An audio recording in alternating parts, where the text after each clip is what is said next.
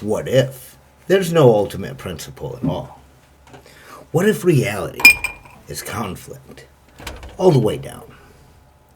Welcome back to Thoughts from Underground.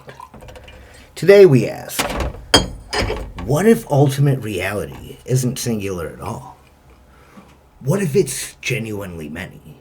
Multiple forces in eternal competition, collision, evolution, with no unified principle resolving them. This is Octant 4. Impersonal, polytheistic, pantheistic. No God, no singular principle. Just competing mechanisms, all the way down. Welcome to the territory of genuine fragmentation. Picture the universe, not as a machine with a maker, not even a machine with a singular logic. Picture it as multiple machines in constant collision. Evolution, physics, chemistry, genetics, consciousness itself. All of them operating according to their own principles, competing for dominance, shaping each other through collision. No arbiter, no hierarchy, no ultimate unity. Octant 4 posits ultimate reality is construed by multiple, impersonal, mechanistic forces. Polytheistic in structure, many ultimate principles. Pantheistic in scope, nothing transcends the physical. Nothing escapes the law. Your consciousness is one system among many. Your desires clash with your biology. Your biology clashes with the environmental pressure. Your choices clash with other people's choices. All of it competing in a space with no referee. And the terrifying beauty of it, we observe behaviors like this. Jay Gould was a paleontologist who looked at the fossil record and saw something most people missed. Contingency.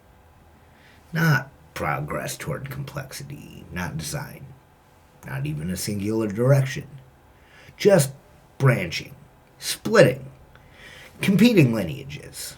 Some thrive, some go extinct, replaced by others, equally arbitrary. Gould's great insight was this: evolution has no purpose. Natural selection is not teleological, not even as if teleological. It is simply multiple competing pressures producing logical adaptation. Nothing more. Dinosaurs didn't fail. They were perfectly adapted until a meteor made their adaptation irrelevant. Humans didn't triumph. We happened to survive a bottleneck that killed our competitors. Consciousness didn't emerge toward some goal. It emerged because environmental pressure favored it at that moment. Gould saw the universe as Octant 4. Multiple ultimate forces.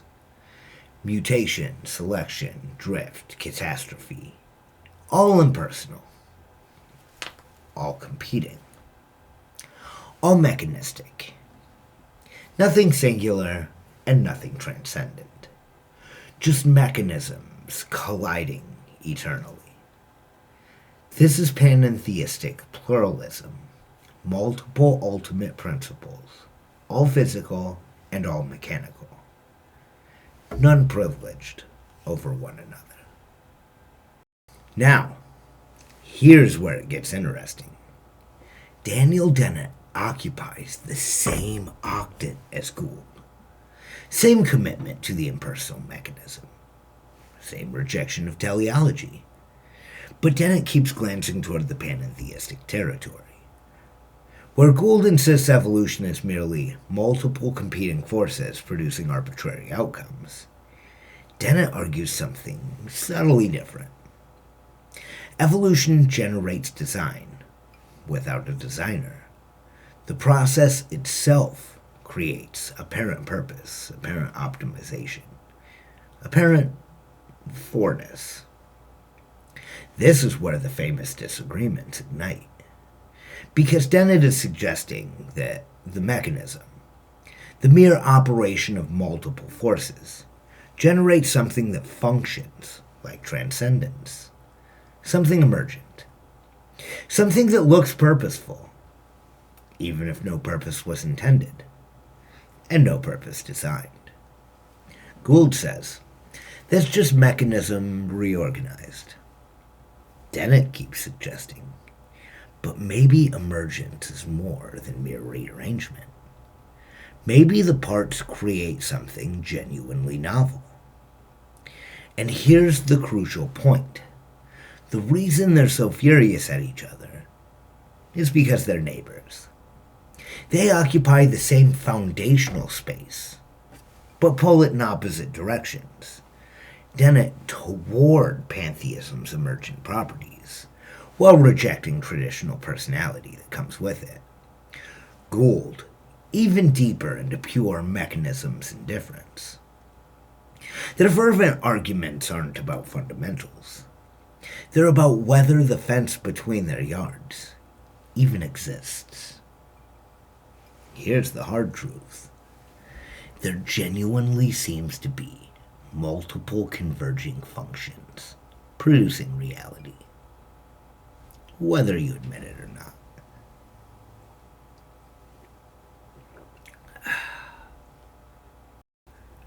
Let us be precise about what polytheism means in Octant 4. It doesn't mean multiple gods in a classical sense. It means multiple ultimate principles, multiple centers of causality that are equally fundamental, non-reducible to the other. Evolution can't be reduced to physics. Physics can't be reduced to math. Mathematics can't be reduced to logic. Consciousness can't be reduced to neurology. Culture can't be reduced to genetics. Each operates according to its own principles, competing with the others, creating outcomes through said collision. This is radical pluralism, not everything is ultimately one, not one thing governs all, but genuinely many.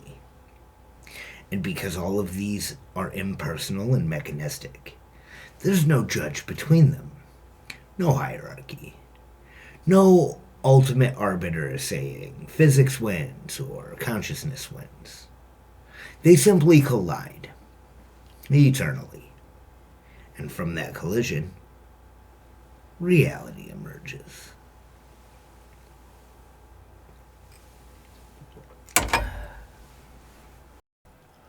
What defines Octant 4's edges? Insist on a singular ultimate principle beneath the plural? You slide back toward Octant 3, Spinoza's monotheistic pantheism. Claim consciousness genuinely emerges from mechanism, that emergence is real transcendence, and you approach Octant 2, personal polytheistic panentheism. This is Dennett's drift, but with more commitment.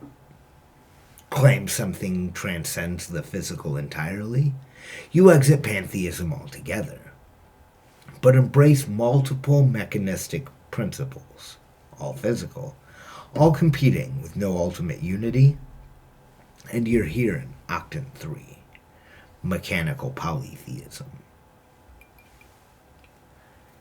Territory of evolutionary biologists, emergent theorists, those willing to accept reality as fundamentally fragmented, yet somehow coherent through competition.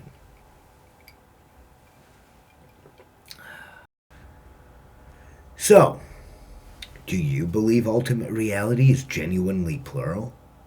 Multiple ultimate principles competing with no single governor? Do you believe it's entirely mechanistic, and physical? If yes, you occupy Octant 4. You share territory with Gould, with Dennett, at least partially, with those honest enough to say, there's no cosmic unity. There is collision.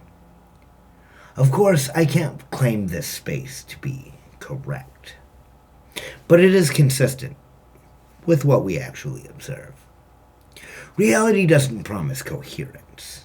It provides it through competition. That's not a flaw. That's the actual structure. Where do you stand? Next time, we'll explore personal monopantheism. Could God be a caring physical fabric of causality?